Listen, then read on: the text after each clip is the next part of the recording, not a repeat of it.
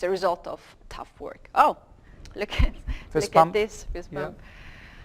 E3, Was that E5, E4, E5? and a Petrov, which Magnus knows all too well.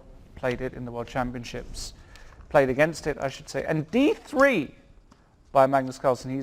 He wants to go into some random Philidor reversed, so D5, knight, BD2. Oh, he's going to take it. Okay, he can play it like this. He has a Philidor tempo up, which, how bad can it be? But, you know, Eric Gassi, now he can decide on a number of different systems. Will he play classically with bishop e7? He does. Looks like he's going for a classic setup, castles, castles. And then on rook e1, he has to decide what he wants to do. Is he going to play f6? Because then d4 might be a move. I think Magnus is going to be quite happy, actually, to have this position, because he didn't want to discuss a very theoretical line with Eric Gassi. He just said, you know what, let's play chess. Yeah. Black, to make now a decision how to guard e5 pawn, he does several options. He goes with f6, and now you're suggesting d4 right away. d4 is a move. I guess there are other moves as well in this position that you can play more slowly. Moves like a3 exist, knight bd2 exists, but Magnus does play the principled move, which is pawn to d4. And the reason why Magnus should play this move is because black can now not reply the move pawn to e4. That's the big point. The one game has been already finished in between Janja Pomniachtchi and Vladimir Fedoseev. Okay. This is Fedosev's second really fast draw. We remember first draw happened again in the game against Shahriar Mamedov. Lawrence, we have not seen Shahriar for last few rounds. Yeah, something must have happened to Shahriar. He must have had a few accidents. So that happens in Blitz, and a lot of the time in Blitz tournaments, the momentum is really key. So when you lose one, you can lose two, you can lose three in a row, four in a row, and suddenly it spins out of control. It's very difficult to stabilize in Blitz. Those who do manage to stabilize are normally very successful. Okay, we've got a very complex position. h3, bishop f3, bishop f3. Now, my understanding here is that if I take on f3, d4 pawn will be hanging. Yeah, but no. Now not, but knight b4. c2 is hanging right now. Yeah. And d4 will be also hanging. Can queen go somewhere on b3 well, with a check? Yeah, exactly. Bishop e6. c2 isn't actually hanging right now because queen b3 check wins the knight. But the problem Magnus has got is knight takes d4 exists, and if d takes e5, also knight d4 might be a move. So we have suddenly a completely weird, but I mean, I've never seen something like this concept. Yeah, I'm curious why not queen b3 really fast to give a check, and then c3 to kick the knight, also try to guard d4 pawn. Because then black plays knight d3, I think. So queen b3 check, king h8, c3, knight d3, and I'm attacking your rook and your bishop. And then after rook d1, I can take on c1, rook takes c1. Probably there e takes d4, probably, although queen takes b7 does exist and things get messy. It's possible. I don't know what Magnus is going to play here. It's an alien position to my eyes.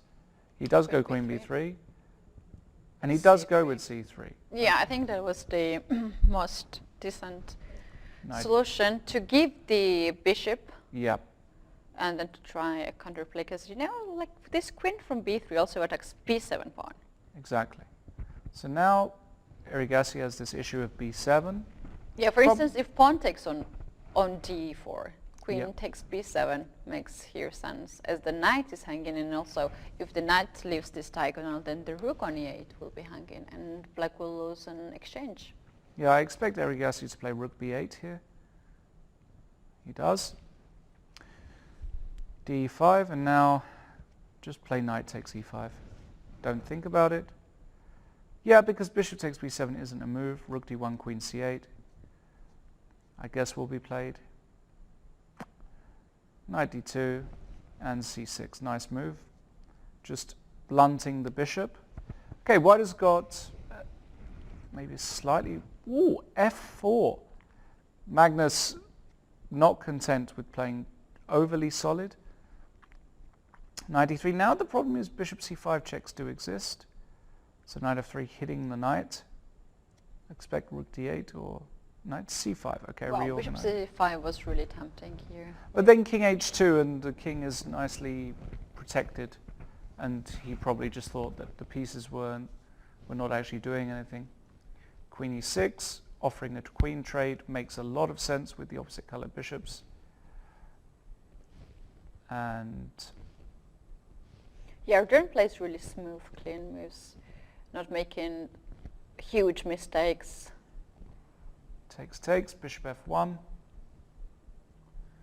Well, Erigassi, you know, the position is... Now he is going to trade the rooks on d file. I would not be surprised if he trades both rooks on d file. He'll definitely try, but I don't think Magnus will give it to him. I think Erigassi is doing just fine here. Okay, takes. Traded one pair and rook e1, yeah. Hitting the bishop. Bishop f8, very solid. Knight d4. Now I expect g6 by Erigassi to give the king some luft. But what do I know? g6. Played. Yeah. Bishop maybe, c4. He's maybe waiting f5. for... Yeah. Yeah.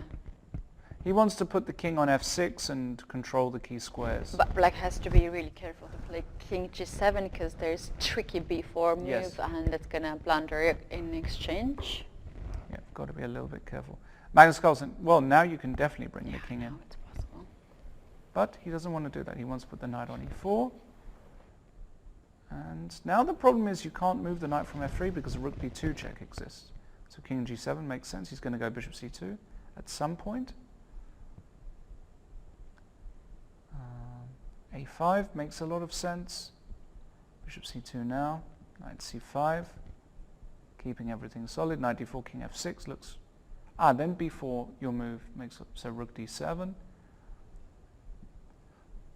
Maybe h4 here by Carlsen, or g4 instead. Okay, g4 makes sense. Takes.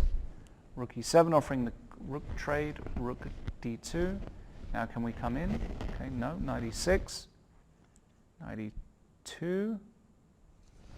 What about rook f7 here? Nope. King f6. King f3. Wasn't sure about king f6, didn't get that. Rook e8. Okay, Erigassi now just playing reasonably passively. Okay, knight g3. Magnus trying to find holes. Rook d8. Knight e4 check, king will come back. He would not mind the rook exchange, but Carlsen doesn't give it him. Knight c5. Knight f2. Carlsen not willing to exchange pieces. 6 seconds here for Erigassi. a4, b4, he's going to take. Nice move there by Carlsen. b5, b4, fixing the pawns on light squares. Classic. Knight a4, knight e4. Magnus starting to take control. Yeah. I don't know how happy Arjun is to have knight on a4, so he's bringing the knight now back. Yeah, It's kind of Magnus misplaced on b6. Oh, rook a2 might have been slightly careless play, because now rook a3 suddenly gives black counterplay. That might have been a little bit careless by Magnus. Yeah, now rook b2, knight c4, knight a4, both possible. Yeah. Knight d5 was played. GF. Has to play a move. Bishop e7 is excellent. Keeping his calm, this young man. 8 seconds for Magnus Carlsen. 6, 4. King e2 played with 3 seconds left. Bishop f6. King d3. Knight takes b4, check! Knight b4 was He a missed blunder. it. He saw now. Magnus also saw that one. He's Oh. not going for it again. And now, after king f5, rook h2, white is better. He's a pawn down, but rook h... King Ooh, g5 just to keep this pawn. Yeah, and this is probably... It's going to be a draw, yeah. Will Magnus try? Oh, he H5? might try. Rook A8, but knight takes B4. I can't believe he missed it. Yes. Okay, rook E5, rook E7. Oof. Magnus is not so sure. Yeah, this is, well, you are a pawn down here, but he's trying rook G7 check. But hold on a second. Who's playing for a win now? H4? Careful. Rook goes behind the pawn. Rook H8. 4 seconds. Quick. H2. Rook H7, King G3. King G3, What's King going G2, on here? King F2 now. Yeah, he might He just has to make a draw. Woo. Wow. Arjun saved the game by perfect play.